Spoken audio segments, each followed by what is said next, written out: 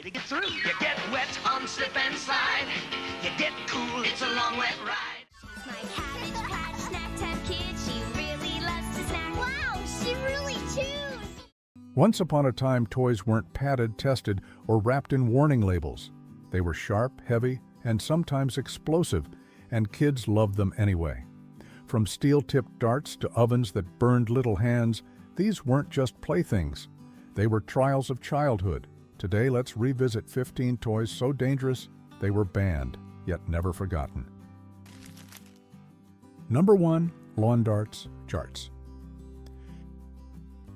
If there's one toy that defined backyard danger, it was lawn darts.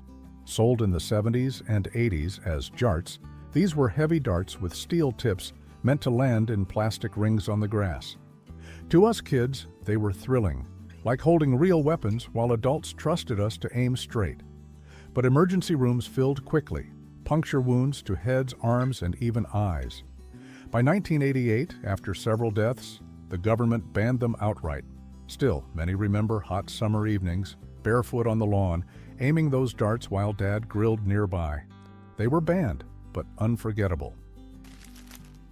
Number 2. Easy Bake Oven.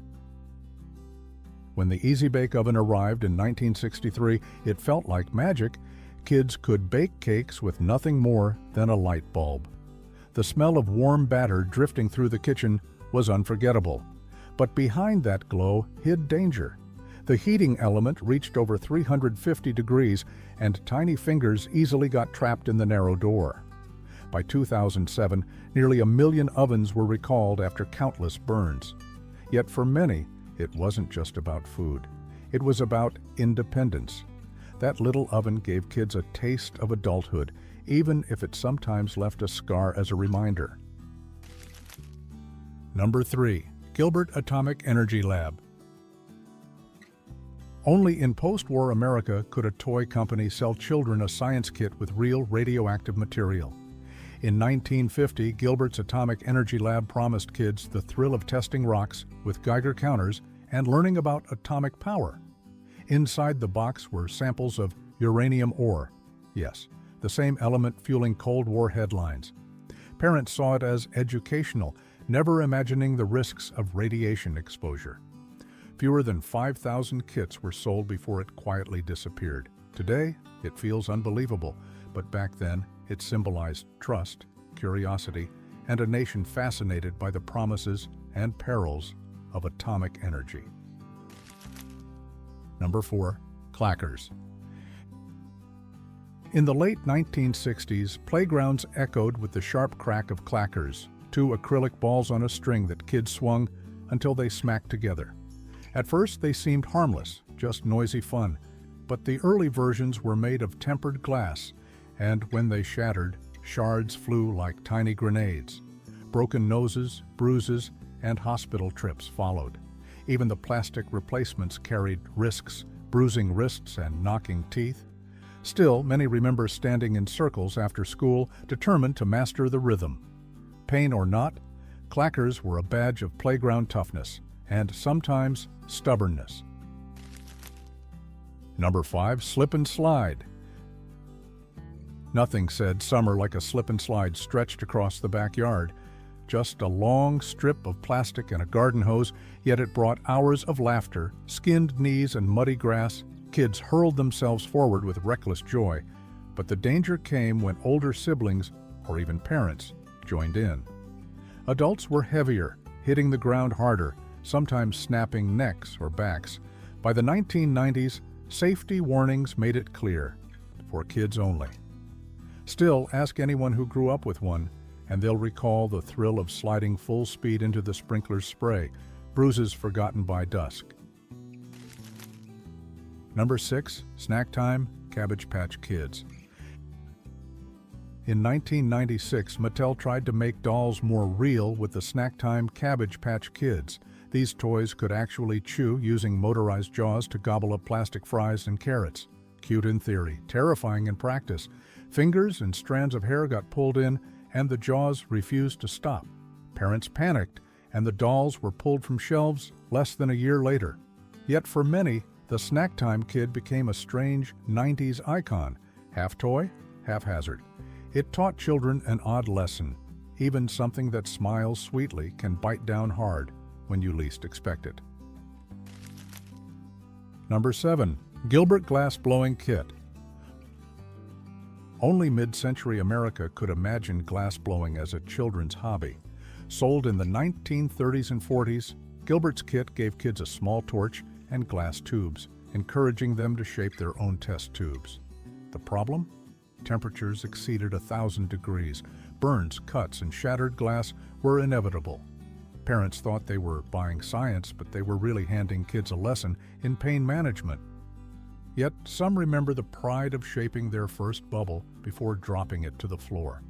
It was reckless, yes, but it reflected an era when danger was seen as education. Number 8. Sky Dancers. Few 1990s toys felt more magical than Sky Dancers. Pull the string, and the foam-winged dolls launched into the air, spinning in dazzling arcs. Kids gasped at the sight until the dolls crashed into eyes, faces, or ceiling fans. Emergency rooms filled, and Galoob finally recalled millions of them. Parents grumbled, but children still begged for just one more launch. Looking back, many laugh at the chaos. Vases shattered, lamps toppled, pets startled. Sky Dancers captured the thrill of flight, but also the hard truth. Once airborne, nothing guaranteed a safe landing. Number 9. Creepy Crawlers Thingmaker. In 1964, Mattel introduced the Creepy Crawlers Thingmaker, a metal mold set where kids baked squishy bugs from a goopy liquid called Plasti-Goop. The oven heated to nearly 400 degrees, hot enough to sear skin. Worse, the fumes filled kitchens with a toxic haze. Yet for kids, it was irresistible. Creating colorful insects felt like real invention, messy, smelly, dangerous fun. Many still recall singed fingers or blackened countertops. The Thingmaker wasn't just a toy, it was a rite of passage, proof you could handle heat and hazard. In a strange way, its danger made the memories sharper and sweeter. Number 10. Yo-Yo Water Balls. At first glance, yo-yo water balls looked harmless, neon-colored toys sold at fairs and dollar stores in the 90s. A liquid-filled ball dangled from an elastic cord. Kids twirled them endlessly, but the cord could wrap tight around a neck. The liquid inside wasn't water, but a chemical irritant, and the plastic casing was dangerously flammable. Strangulation, poisoning, even fire, all in one cheap novelty. Several states banned them outright. Yet kids remember the hypnotic bounce, trading them at school, daring each other to swing harder. They were junk toys, yes, but they carried that peculiar thrill of forbidden fun. Number 11. Moon Shoes. Moon Shoes promised every kid a taste of space, mini trampolines strapped to your feet. The original 1970s models used strong springs, launching children sky high. ER doctors saw the other side: twisted ankles, broken bones, and headlong crashes into fences. Even the safer 90s relaunch still left bruises. But many remember strapping them on, wobbling down the driveway, laughing until someone fell. Moon Shoes were clunky, awkward, and undeniably dangerous, yet they captured the boundless energy of childhood when gravity felt like a suggestion. To some, they weren't just shoes, they were freedom, even if it came with crutches. Number 12. Mini Hammocks. What child wouldn't want a hammock of their own? In the 1980s, toy makers shrank Dad's backyard hammock for kids. But without spreader bars, the fabric twisted easily, trapping children inside. Tragically, dozens of deaths from strangulation followed. Nearly 3 million were recalled, but not before countless backyards saw close calls. For parents, it was a nightmare. For kids, it was another lesson that pretending to be grown up carried risks. Still, many recall lazy afternoons swinging, reading comics, or just dozing until Mom called for dinner. The danger was real, but so were the memories of summer rest. Number 13, Water Wiggle. Wham-O's Water Wiggle looked like harmless summer fun, a plastic face on the end of a hose that flailed wildly when the water was turned on. Kids squealed as it sprayed, darting across the lawn, but tragedy struck when children placed the metal nozzle in their mouths. 2 drowned in the 1970s. Millions were recalled, though a softer version later flopped. For many, the sight of that wriggling hose still brings back memories of barefoot afternoons, the smell of cut grass, and chaos in the yard. It was dangerous, yes, but also part of childhood summers that felt endless. Number 14, Austin Magic Pistol. In the 1940s, toy makers sold what was essentially a real firearm to children. The Austin Magic Pistol used magic crystals, calcium carbide, that exploded on contact with water, firing plastic balls 70 feet with a loud bang and smoke.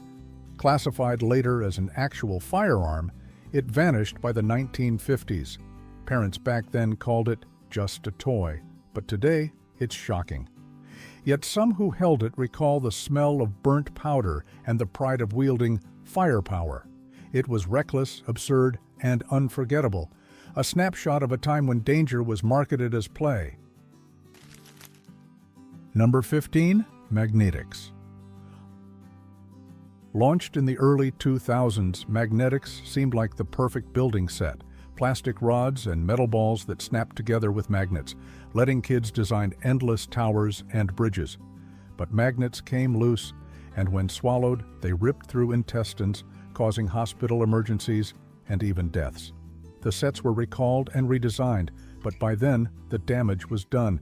Still, those who played with them remember hours of imagination, stacking and snapping until creations toppled over. Magnetics showed the thin line between creativity and catastrophe, and reminded parents that even the simplest toy can hide unexpected dangers. These toys left scars, laughter, and lessons that shaped a generation. They remind us of a time when childhood was freer, riskier, and maybe more unforgettable. Which of these banned toys did you or your family own? Share your stories below, and don't forget to subscribe for more memories of America Unwrapped.